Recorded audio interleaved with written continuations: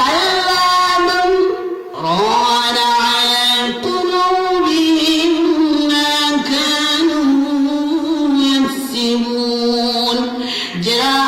যারা বড় কথা কইলে দিল নরম হয় না, আখিরাতের কথা বললে যাদের দিল নরম হয় না, কোরআনের কথা বললে যাদের দিল নরম হয় না, নবীর কথা বললে যাদের দিল নরম হয় না, ইসলামের কথা বললে যাদের দিল নরম হয় না, জান্নাতের কথা বললে যাদের দিল নরম হয় না, জাহান্নামের কথা বললে যাদের দিল নরম হয় না, তাদের দিলের মধ্যে বোঝা গেল বেমার আছে, দিল অন্ধকার হয়ে গেছে।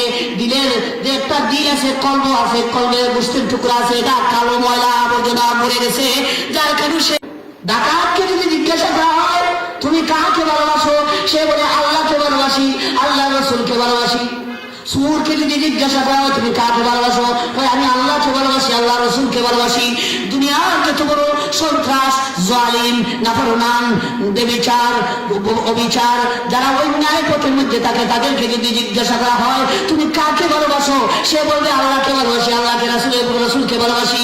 ইমাম শাফি রহমতুল্লাহ বলেন না না এসে মৃত্যু, যদি আমল করে না, ভালো কাজের মধ্যে মজবুত থাকে না, মুখ দিয়ে যদি হয় ভালোবাসে ভালোবাসে, এটা মিথ্যা দাবি। বুঝাইছে? তাহলে কি করতে হবে? নেক আমল করতে হবে। কি করতে হবে? নেক আমল করতে হবে। নবীজি সাল্লাল্লাহু আলাইহি ওয়াসাল্লামের সুন্নতকে আঁকিয়ে দিতে হবে, ভালো কাজকে সমর্থন করতে হবে, ভালো কাজেরকে প্রাধান্য দিতে হবে, ভালো কাজের দিকে মানুষকে উদ্বুদ্ধ উৎসাহিত করতে হবে। এটাই হলো আলামত, নেককারের আলামত।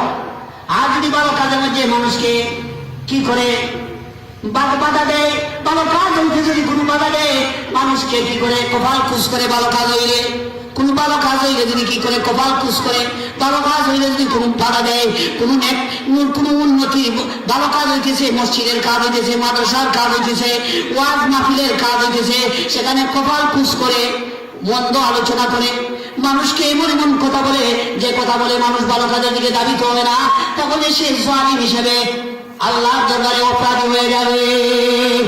নাউযুবিল্লাহি মিন যালিক। আল্লাহ বলেন